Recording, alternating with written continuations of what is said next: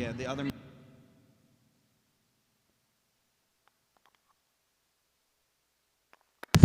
Yeah, the one on the floor. No, he set that up. Let's see if that works. If he doesn't get that working, we'll have.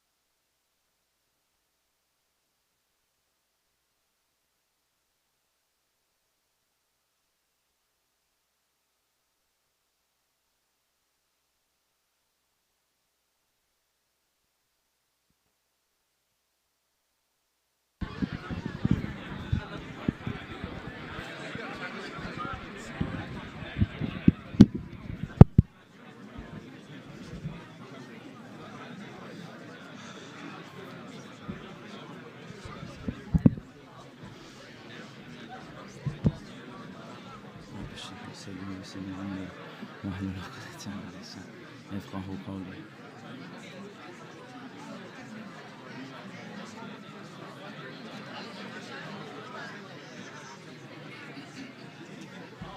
He has to back up a little. You have to back up a little.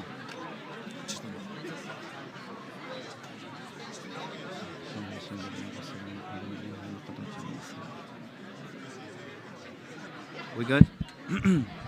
Bismillah. All right, Bismillah. Bismillah walhamdulillah. Bismillah walhamdulillah wa salatu wa salam ala rasulillah wa ala alihi wa sahbihi wa man wala. Can you guys hear me fine in the back? You sure? Everyone can hear me fine? Okay. Bismillah. Let's begin, inshallah ta'ala.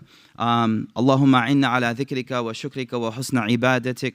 Allahumma inna nas'aluka hubbak wa hubba man yuhibbuk wa hubba amalin yuqarribuna ila hubbik ya arhamar rahimin. Bismillahir Rahmanir Rahim. This is our 5th session of Know Thy Enemy, a class where we are discussing or learning what the Prophet ﷺ has taught us about the means or the methods of deception that shaytan throws at us, or that the way shaytan tricks us and traps us. And the reason we're studying this, just to preface everything, why are we studying this? The reason we're studying this is because the Quran states, فَاتَّخِذُوهُ عَدُوًّا. It says that treat shaytan as your enemy. Treat him like that, meaning don't befriend him, but treat him as an enemy. And when we're being told to treat him as an enemy, what we're being taught is to understand, know how your enemy is going to catch you sleeping, as we say, right? Or catch you slipping, catch you off guard. And so in these last 4 sessions, we have been discussing various tactics, tricks, whatever you want to call it, about how shaitan comes at me and you. And I don't know about you, over the last 5 weeks of this session, it's put me at a whole nother level of awareness.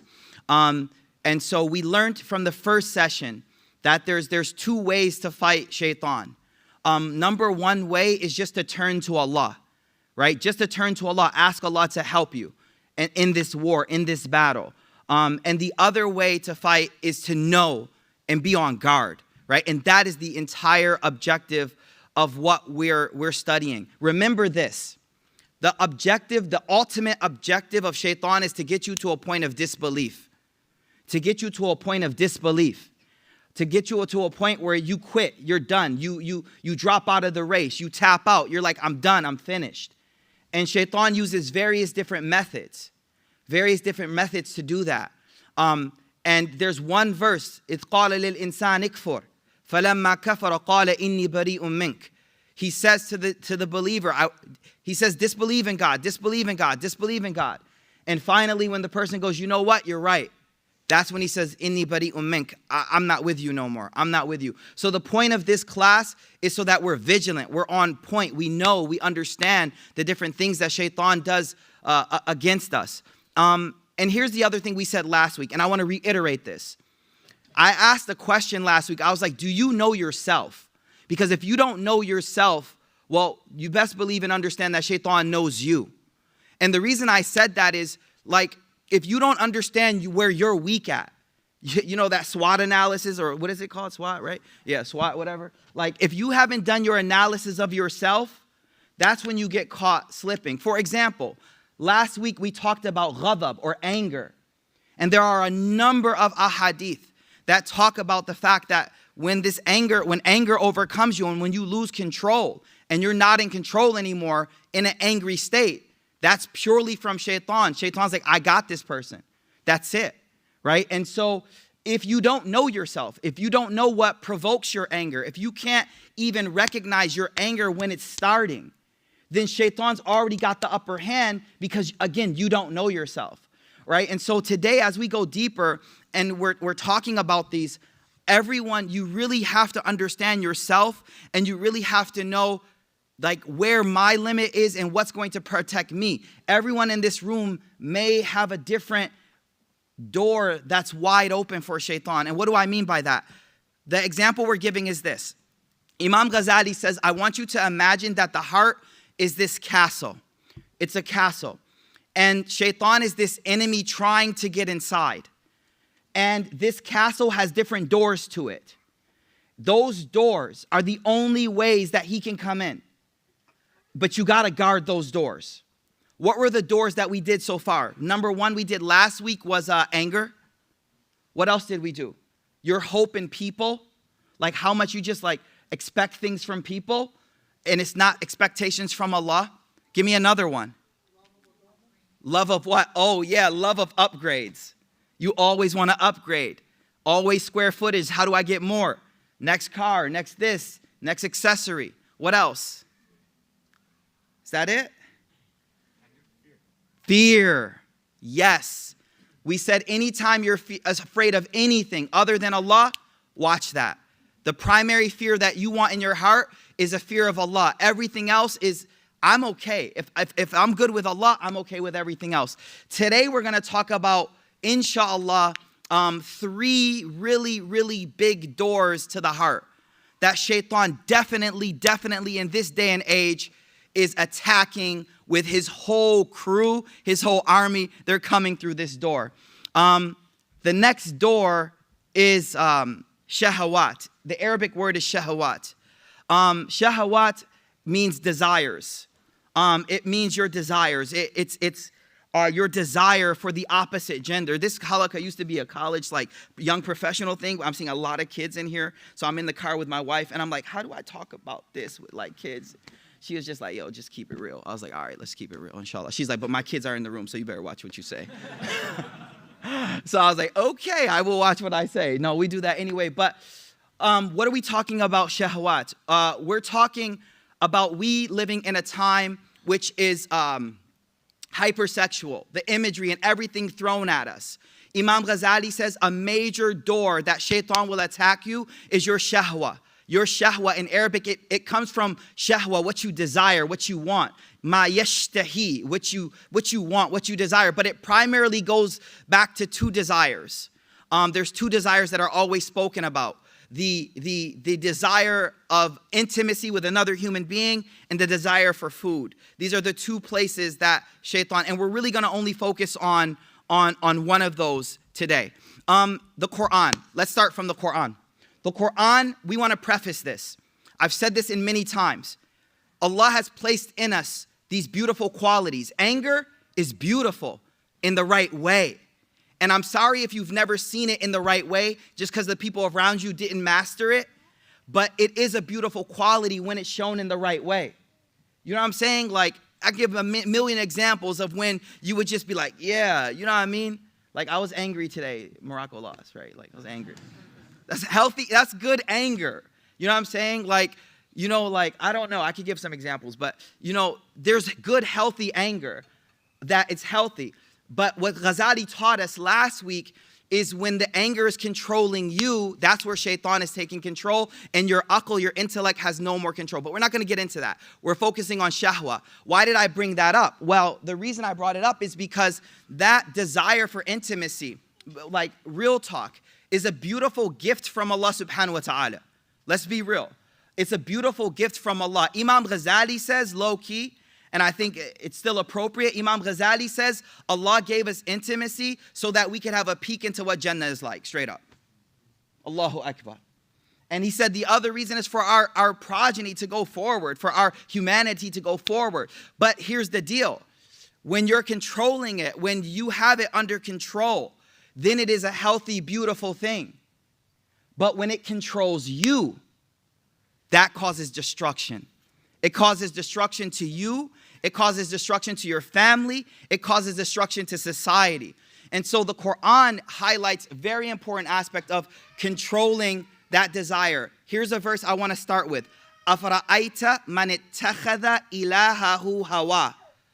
Have you not seen the one who takes their hawa, their desires, as their God?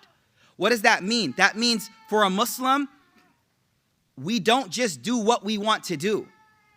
That's immature. That's a child. That's, a 5-year-old kid. Why'd you do it? Oh, I felt like doing it. A sign of spiritual maturity is like what we want to do, what we feel like doing isn't what is the primary thing that predicates our action. And in fact, the Quran in this verse says a sign, a dangerous sign, is someone who takes their hawa, their feelings, as their God. Now, what does that mean? Everyone in here is like, what are you talking about? I didn't pray to my feelings. No, but you do everything it tells you to do. Remember I told you like 3 weeks ago, Umar ibn Khattab, he saw someone going to buy meat like 3 times in the week. They didn't have refrigerators, so you had to buy it fresh. It wasn't, you're going to eat, it's going to spoil right away. So he sees this guy going to buy meat, and he's like, yo, akhi, like, I saw you 3 times at the butcher.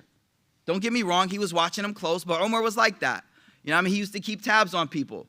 You know, like, you know, just make sure you're there, like my Fajr crew. Like, if you ain't there, they'd be like, yo, they passive-aggressively text, like, are you okay? And they just mean, like, you wasn't here at the masjid. What are you doing?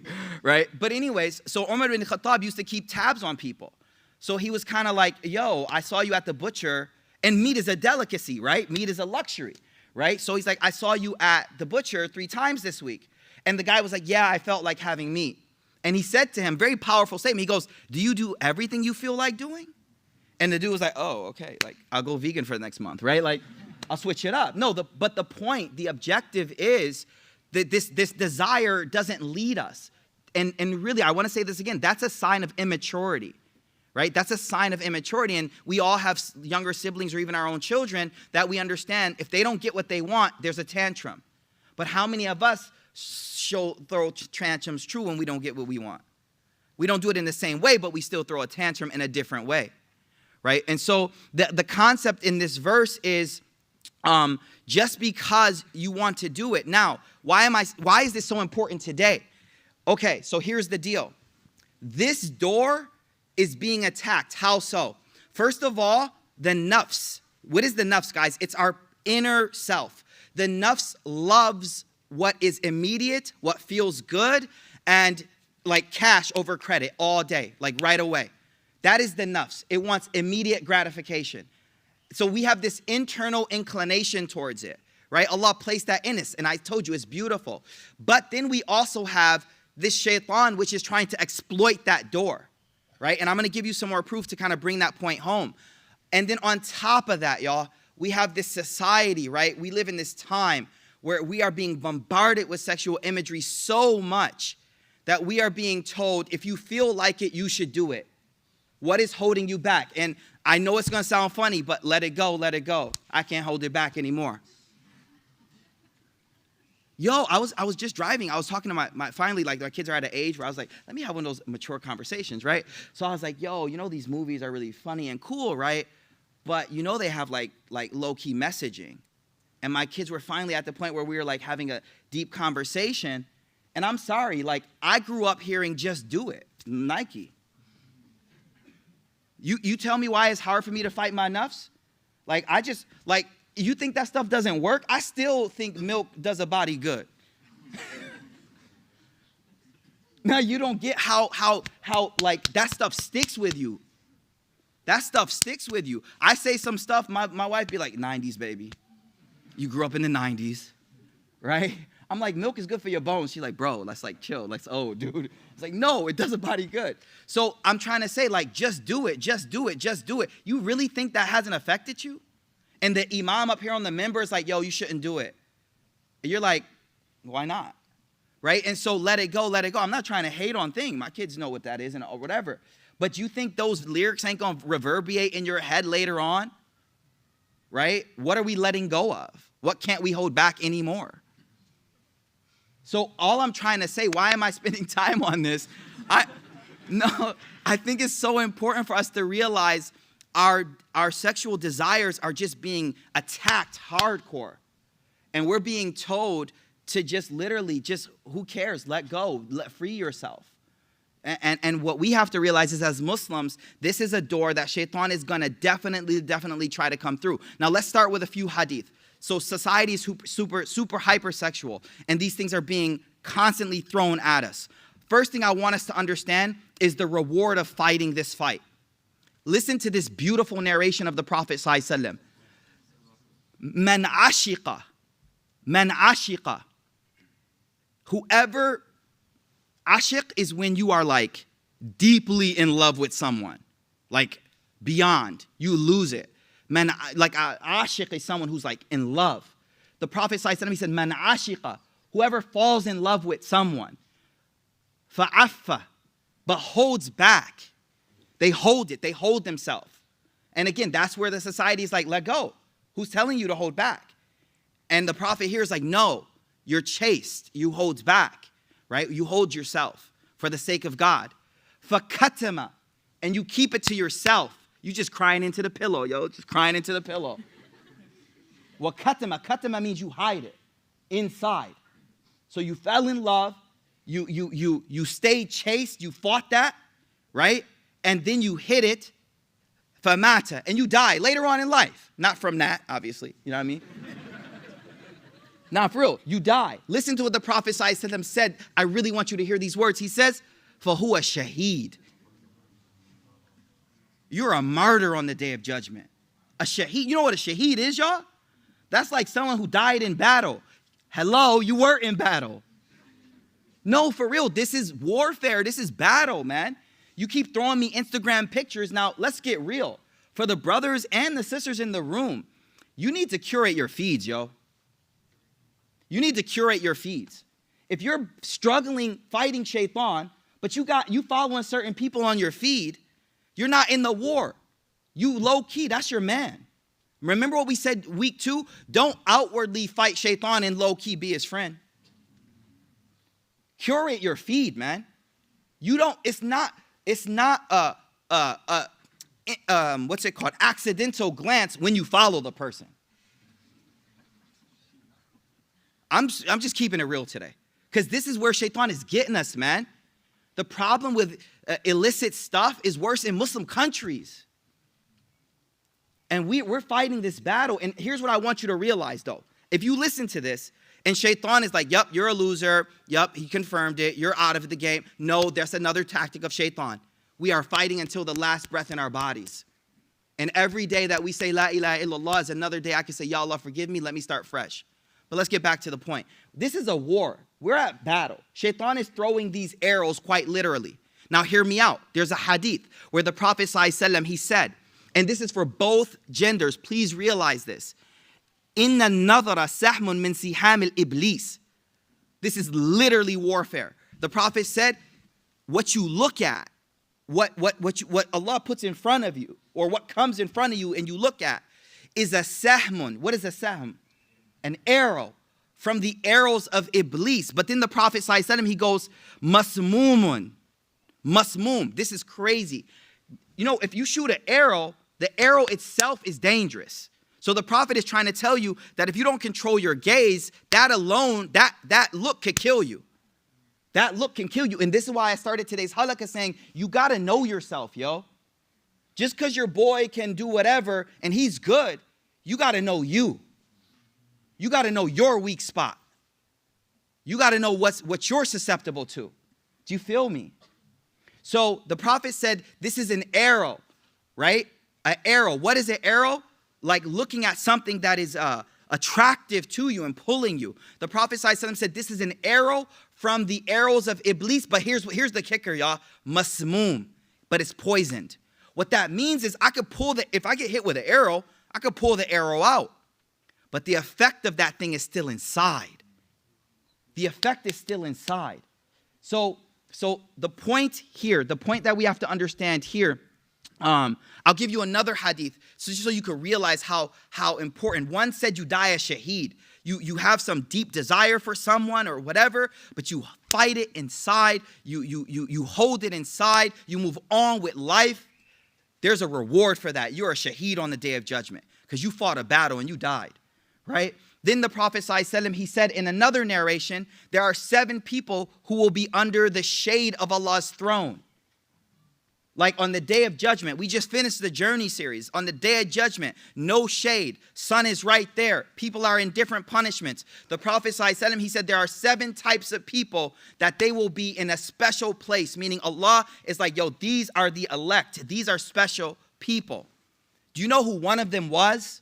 Just so you can realize the magnanimity of this, what we're talking about. One of them was warajulun, and I believe it applies to a woman as well. Warajulun, a man who was called or seduced by a woman, dhata jimal wa hasabin, who's beautiful and got cake. Money. Sorry, money.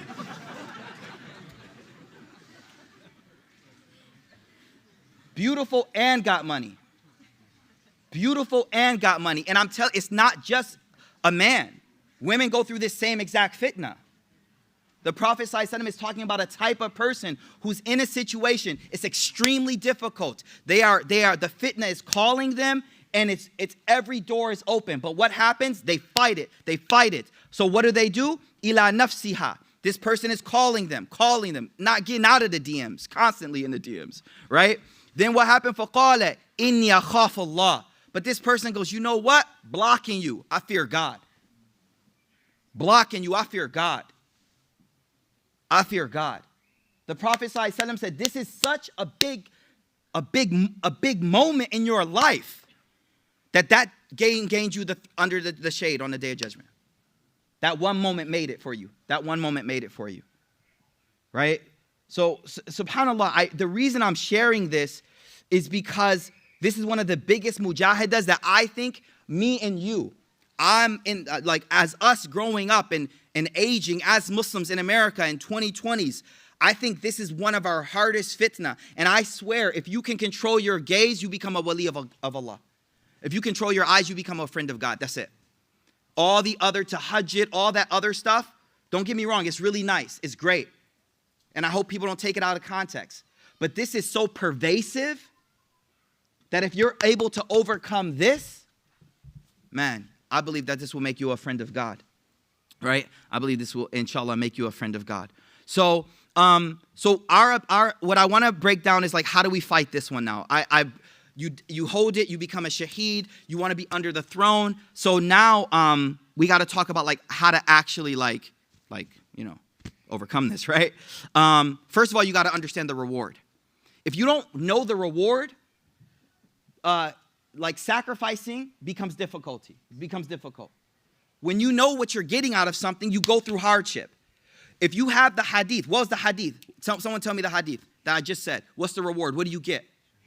Shaheed. Like that moment comes and you're like, shaheed. What's the other reward? Shade, under the shade. Another narration, subhanAllah, I actually didn't finish the narration. The other narration that said the arrow is poisoned. The narration goes, man tarakaha, whoever lowers their gaze, right? And blocks themselves. Let me add something to this. Imam Ghazali says, this is crazy, y'all.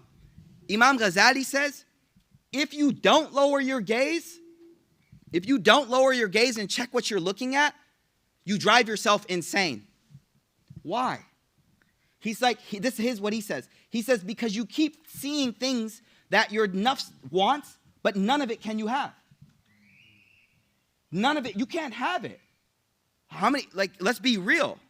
You can't have all those amazingly attractive people that you see in your feed. You can't have them. So all you're doing is driving yourself insane. He says, man atlaqa basarahu nadima. Whoever allows their gaze to just go on everything, they make themselves remorseful. Because they're just depressed all the time. And on top of that, can I add something? It destroys their quality of marriage when you finally do settle down. You know why?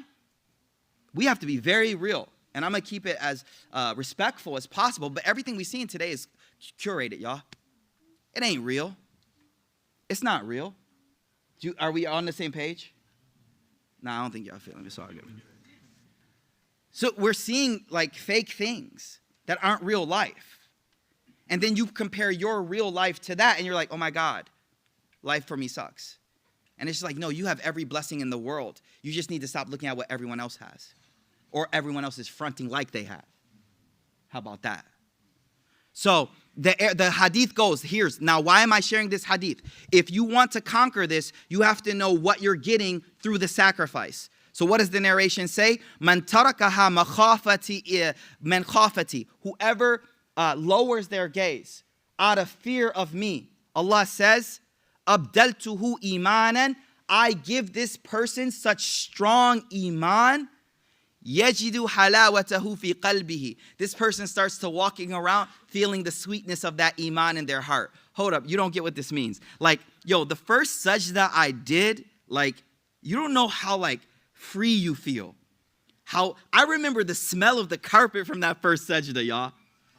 You know there's moments in Ramadan. Let me give Ramadan. You know that one moment in Ramadan where you're kind of just like, oh, it feels so good to be Muslim. Yo, I'm loving this, right? There's other times in life where it's hard. Don't get me wrong. But there's these moments where you're like, I am feeling iman.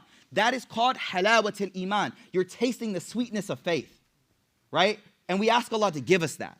Some of us in the room like, yo, I ain't never had that. What y'all talking about? Don't worry. Allah will give it to you, inshallah, right?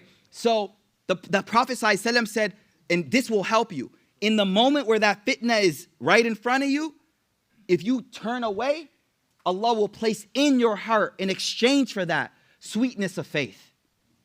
Why am I sharing this? Because you need to know what you're getting from it in order to overcome that push. The other thing, don't put yourself in fitna trying to be strong. Let me say that again. Hold up. A lot of us think that I should be able to be such a strong believer, I could walk into the fire of hell and walk out unscathed. Do you get my analogy? Do you get my analogy? Like we feel like when I'm a good believer, I can walk into any environment and I'm okay. Habibi, no, that's no. First of all, we're all weak. Second of all, the Prophet taught us to stay out of bad environments. Why? You don't tempt yourself. You don't put yourself in a bad environment. Oh, I should get strong. I should be okay. You know why? When I was a kid, we used to go to the beach a lot, right? A lot, like crazy, okay? And I learned very quick something called undertow. Undertow. And undertow is like the water on top may look okay. But when that water is coming back out to sea from the beach, from the shore, it creates a very strong tow under. So what happens is you'll be standing up looking fine. Somebody look around and they're like, oh, where's my man? Where'd he go? And you're literally being pulled out 60, 70 feet out into the ocean where that undertow is taking you. I don't know if you get my analogy, but sometimes we walk into an environment where we think, oh, the waves are good, but that undertow hits you and pulls you. And before you know, like, oh my God, how did I end up here? So don't feel that you should be able to walk in any environment and be super Muslim and it's not going to affect you. No, stay away from the environments that will negatively impact you as a believer. Now, I'm going to say this one more time. We're all on different levels. You have to know yourself. You have to know yourself. So the first thing I'm going to say is, number one, protect your environment. And I already said you need to curate your feed. I don't know how we justify that before God. I really don't. Like if we're really real, from a man's perspective, brother's perspective, following just random sisters and stuff, random people, I don't know how I justify that before God. Like, is it for cooking? Like her cooking thing? Like, I don't know. Like, what do you tell yourself? What do you tell yourself? There's nothing. So we have to really be active about our feeds because we're conscious consumers, right? We don't eat everything. We feed on healthy stuff. So curate your feed. Curate your feed. And the last thing, how do we control shahwa, desires? The Prophet taught fasting, yo. Well, before that, hold up. He said get married. He said get married. Marriage is a shield. Right? Marriage is a shield. And the Prophet ﷺ, he said that whoever begs Allah for marriage in order to protect their chastity. First of all, that's an intention you can have. If some Muslim brother comes up to you and you're like, hey, why are you trying to get married? And he's like, I'm just trying to stay chaste and be on the up and up. You're kind of like, oh, really? That's all? Oh, you're a creep. No, that's beautiful. This person doesn't want to ruin their faith. And they're being real. I'm being real right now. They're being real about their desires. And they're saying, I am not trying to waste my akhirah. And I say that's so special because I've heard parents that would say, you know what? Get into haram, but don't mess up, don't get married. Exactly, astaghfirullah. But we have believing men and women that are like, you know what? Haram is worse upon me. I fear haram more than anything. More than anything. So the first thing that our deen highly encourages is young marriage, right? That's it. Or when you're ready, you're ready. I won't even say young. When you're ready, right? And that's something our community needs to support more. And the other thing I'm going to say about that is keep it simple, y'all. The Prophet ﷺ said the marriage that costs the least money has the most barakah, yo. Has the most barakah. That's hadith. I'm not making that up. That's not me. I'm serious. The one that has the least money, and it's relative, you know what I mean? Some places it's like crazy. Some people it's crazy. Some people it's like not crazy, right? So like it's relative, you know what I mean? But the Prophet ﷺ said the one that's the least expensive is the one that will have the most barakah in it. So, and the reason why that's important is because, look, if you put the bar up here, then my man who's not married has got to wait like 4 more years. Y'all don't get it. You feel me, Haytham? You get what I'm saying, right? Like when it's really, when you set that bar, it's like we went all out. The Ritz, everything. I don't know, right? Right? Yeah, that's crazy, right? That's on some other level. Other people are reluctant to make that step because they're like, oh my God, I got to have 60 grand before I can get married. And it's like, where did that come from? Right? I know, I'm just throwing numbers out. I don't know. Right? So, no, the point is, I think we can encourage a community that marriage is simple, and this protects our chastity, and that protects our faith. Right? This is an extremely important thing. And so, this is the door that he focuses on next. The door that we're talking about right now is the door of desires. I said, first of all, understand the reward of overcoming your desires. Number 2, stay out of the places that will encourage or cause that fitna for you. Remember that the Prophet ﷺ likened this to war. He said, you looking at haram is an arrow that shaitan just shot at you. Right there, shot at you. And not only that, it's masmoom. It's poisoned. So even if you pull that arrow out, Habibi, the poison is still there. It's going to take some time to recover from that. So may Allah allow us to protect our glances, our gaze. May Allah give us the strength to overcome our desires, yo. Fight that battle. Don't just give in. Fight that battle and realize that if you fight that battle and you hold that inside, when you die as shaheed. Right? And that's a great blessing from Allah subhanahu wa ta'ala. Okay, we're going to move on to the next door that shaitan exploits. So if you didn't have any problem with shahwa, you're like, yo, I'm good, gravy. We'll move on to the next one. The next one is a big one. The next one is, Imam Ghazali says, the next major door that shaitan exploits in your heart is the door of jealousy. The door of jealousy. So we're going to talk about this a bit. When it comes to jealousy, we need to understand that extremely destructive to our faith. It is something natural inside of us. So let me share a hadith with you. So Aisha radiallahu ta'ala anha, she tells us, it's a beautiful hadith. It's a cute, like, marital hadith, right? That seems like a theme today. I didn't plan it, but whatever. Aisha radiallahu anha, the wife of the Prophet sallallahu alaihi wasallam, she says, Anna Rasul sallallahu alaihi wasallam kharaja min indiha laylan. All right, so the Prophet sallallahu alaihi wasallam is laying down. He's with Khadija radiallahu ta'ala anha. What did I say? Thank you, Aisha radiallahu anha. And he kind of just gets up and he dips. Okay? He gets up and he leaves. But she wasn't asleep. فَقَالَتْ فَغِرْتُ عَلَيْهِ. She's like, I got jealous. Now, let's all be adults. The Prophet has more than one wife. Okay? The Prophet has more than one wife. He gets up and see, why the little dude in the front?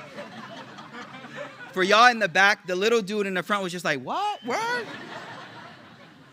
Who did this to me? Get your mans, yo. Hey, this is for a mature like adults, man. Alhamdulillah. So the Bismillah. Okay.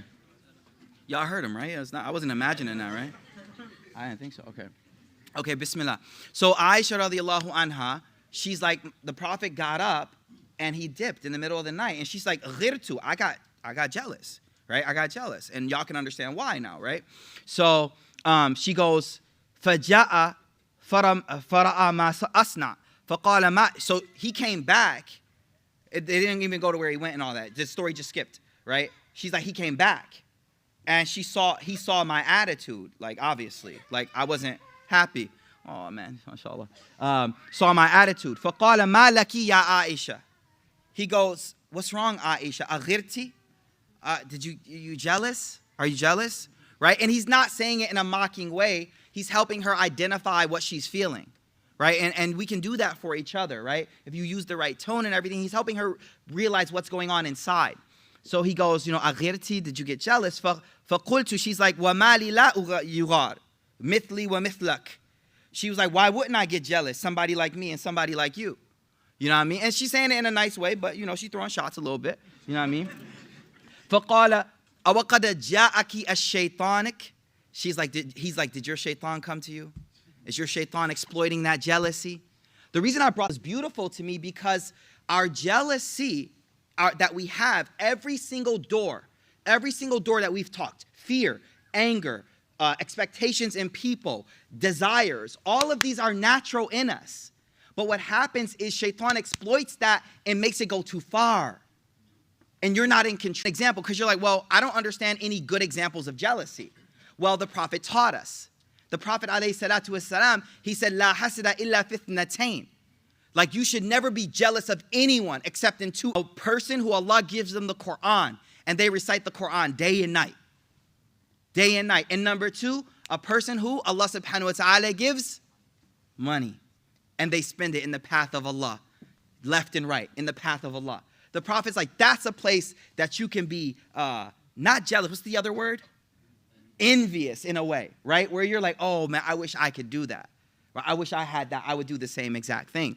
Now, jealousy is satanic in that it's Satan's actual true sickness, yo. When Adam is given his position, jealousy. Why you got that position? I don't. So when we look at places that shaitan will exploit, jealousy is undoubtedly a satanic quality that's exploited. Now, here's something interesting. Why is jealousy so dangerous? I'm going to start at the end, actually.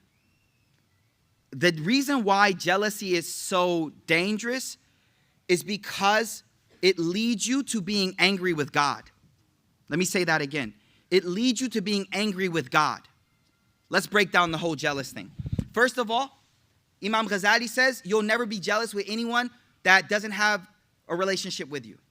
It's going to be your sister, your cousin, your brother, your nephew, somebody related to you. Somebody works in the same office as you, someone that works the same job as you. It's always going to be someone that's related or after in the same area as you, always. So first of all, be careful of that, right? You're never going to be jealous of some rando person. You just see, I don't even know you. I don't care. But your cousin, right, getting the attention of the family, whatever, your sister, your brother, where it comes, right? And let me tell you something else. You on the same basketball team? You in the same run club? I don't know, right? Right? Same school? Yeah, classmates? Yeah, for real.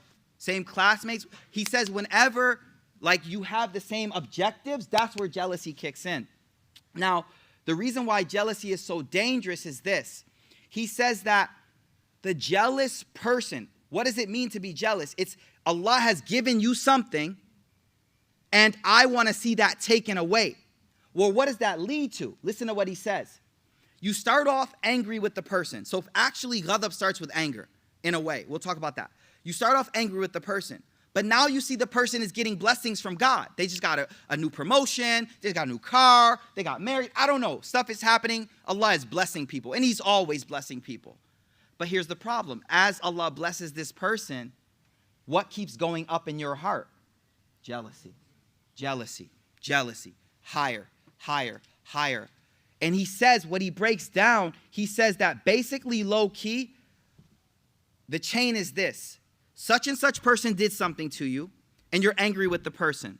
The anger escalates to a level of spite. I just don't like you. But now, whenever you see a blessing come, you get angry, angry, angry. Finally, Ghazali says this leads you to what? In reality, you're just angry with Allah. You're angry with Allah. Allah, why are you giving this person so many blessings? You won't say that, but that's low-key what's under that jealousy. And this is how shaitan takes one jealous quality and leads all the way to kufr. A lot of us are like, so what? I'm jealous. I just don't like her. So what? Big deal. No, that is dangerous. It can really mess up your faith, because when you're jealous, you're actually objecting to Allah's showing blessings on this person. And now it was a you and Allah thing. And Allah protect us. Allah protect us. So then he goes forward. So if we break down jealousy, let's see how talk about how we're going to actually cure jealousy. How we're going to cure jealousy. The way we're going to cure jealousy is this. First of all, you need to understand how dangerous it is. Yeah, 5 minutes. All right, we'll finish in 5 minutes. First of all, you need to understand how dangerous it is. The Prophet ﷺ, in a number of ahadith, he said, watch out for jealousy. It will destroy your faith completely.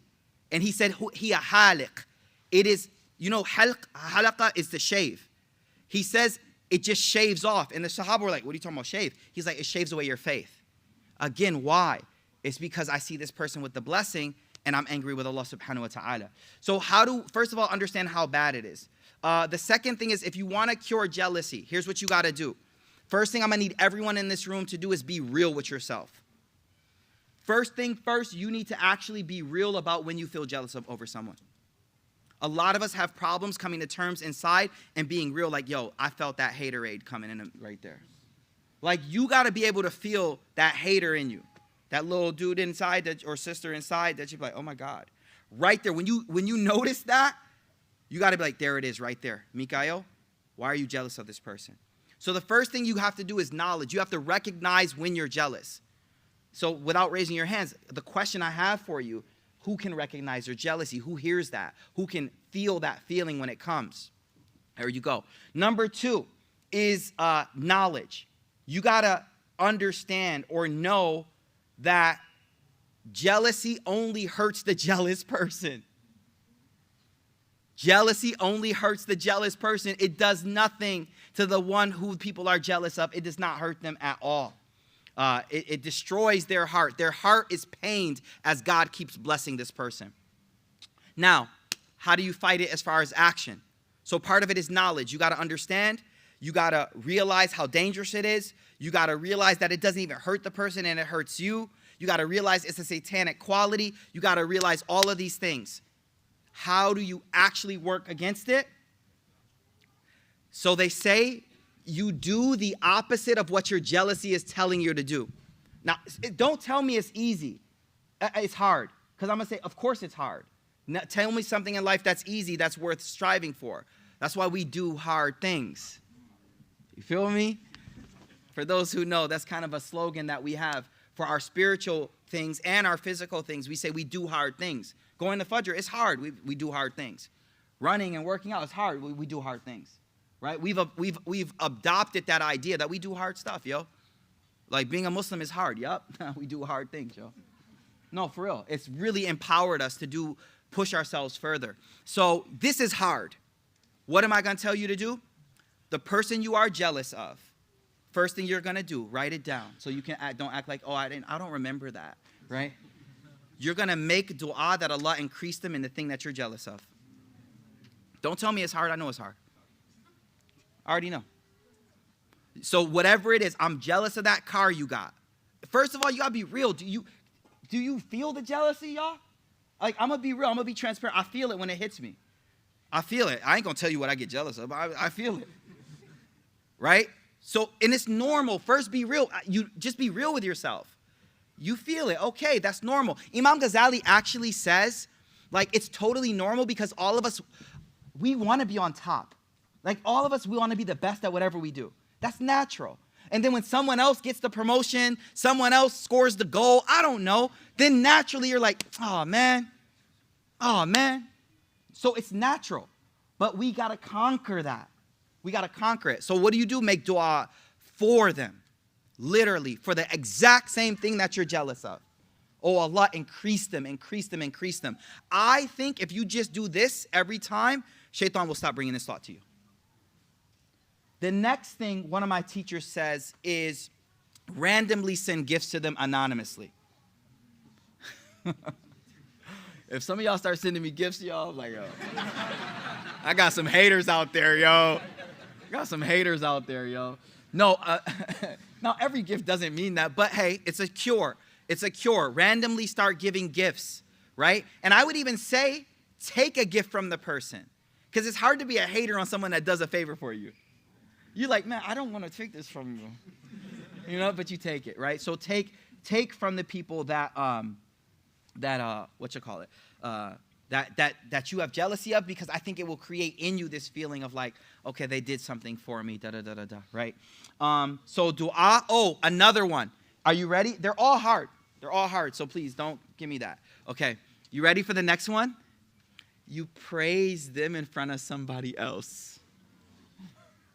Y'all about to get up and leave. Like, all right, peace.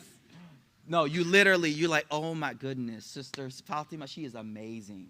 You know, she's such a good artist too, right? And here's the problem though, you gotta be very careful.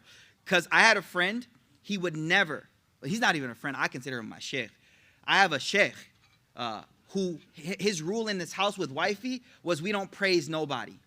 You know why though? I told you this before. Because every time we go, you know, such and such is such a great person, after like 4 or 5 minutes, guess what happens? But,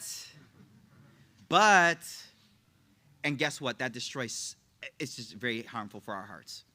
You're praising. So his rule with him and his wifey, they were like, we don't even praise people in this home. Like, and that was their own rule, because we know as we start talking, then eventually we're just going to say that one thing, but you know, and then it's all messed up. But anyways, praising a person is the other way to fight that jealousy. Guys, we're going to wrap up because it's been about 45, 50 minutes. So just realize how dangerous this disease is. All right. The Prophet ﷺ, he said that thalathatun la yunji minhum ahadan. There are 3 things that nobody is safe from. Number 1 is dhann. That's the other thing we were going to talk about today. We'll do that next week. Number 2 is superstition. It's not the concept of our halakha, but basically it's kind of natural in us that we see something like a black cat and you're kind of like, oh my God, right? It's natural. We fight it, but it's natural. And the last thing is hasad. The Prophet said everyone has some hasad inside of them. But that means you fight it, y'all. You fight it, you fight it, you fight it. This is a door. Shaitan comes in. Listen, I'm going to end. I'm done. Have you ever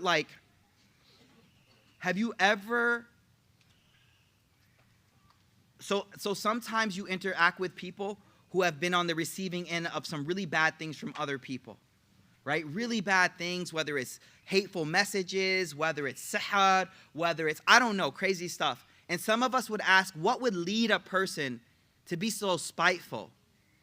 This jealousy is crazy, y'all. When that jealousy kicks in, sometimes it pushes people to do crazy stuff against other people. So my first thing is be real about it in your heart. Don't beat yourself up that, oh my God, I'm a horrible human being. The Prophet said we all have it. But don't be complacent. You have to fight it. You have to push it away. This is a door shaitan uses to take over our hearts, inshallah. I had a few more I wanted to talk about. We're going to stop right now, inshallah ta'ala. What is our intention? Why are we here? We're here because as we learn more about these tricks and methods that shaitan uses, we're able to protect ourselves and be ready for this war. We're able to protect ourselves and not be caught off guard. So may Allah subhanahu wa ta'ala allow us to benefit from whatever we hear. May He allow us to actually act upon all of these things. I'm going to share one more thing with y'all. I forgot. So there is a dua you can read when you leave the house that the Prophet ﷺ said you're protected from shaitan from the moment you leave the house until you come back. We should do it next week though. No. All right, here's the dua. Super easy. Bismillah. Okay, you might want to just record audio, I don't know. Bismillah, tawakkaltu ala Allah, wa la hawla wa la quwwata illa billah. I think that's the end of the dua. Yeah, that's it. We know all these, yo. Bismillah, tawakkaltu ala Allah, wa la hawla wa la quwwata illa billah. You walk out the house saying it. The Prophet in a sound hadith, he said, this person is protected from shaitan from the moment they walk out. And my thing is, if you don't use these things, it's kind of like you're not using the easy defense. You didn't put sunscreen on, I'm sorry. Don't complain about getting sunburned. do the small things that the Prophet taught us will protect us from shaitan's influence, inshallah. Bismillah, tawakkaltu ala Allah, wa la hawla wa la quwwata illa billah. Every time you walk out the house. So may Allah allow us to stay in a remembrance of God. May Allah subhanahu wa ta'ala allow us to be cognizant of these different tricks. And may Allah allow us to eventually overcome our nafs and rise to our best self, inshallah. Subhanakallahumma bihamdik, nashhadu an la ilaha illa ant, nastaghfiruka wa atubu ilayk. MashaAllah. We'll pray in like 8 to 10 minutes, inshallah.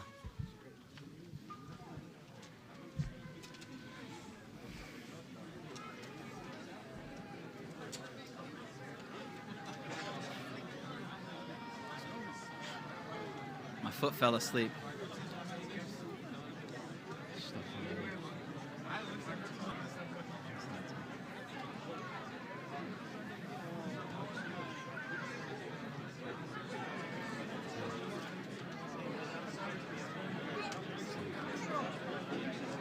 Yo, Assalamualaikum. Where'd you get these? Amazon. Really? How much? 35. Ooh. Alibaba's like $4 each, yo. Assalamualaikum. I know, right? That's true.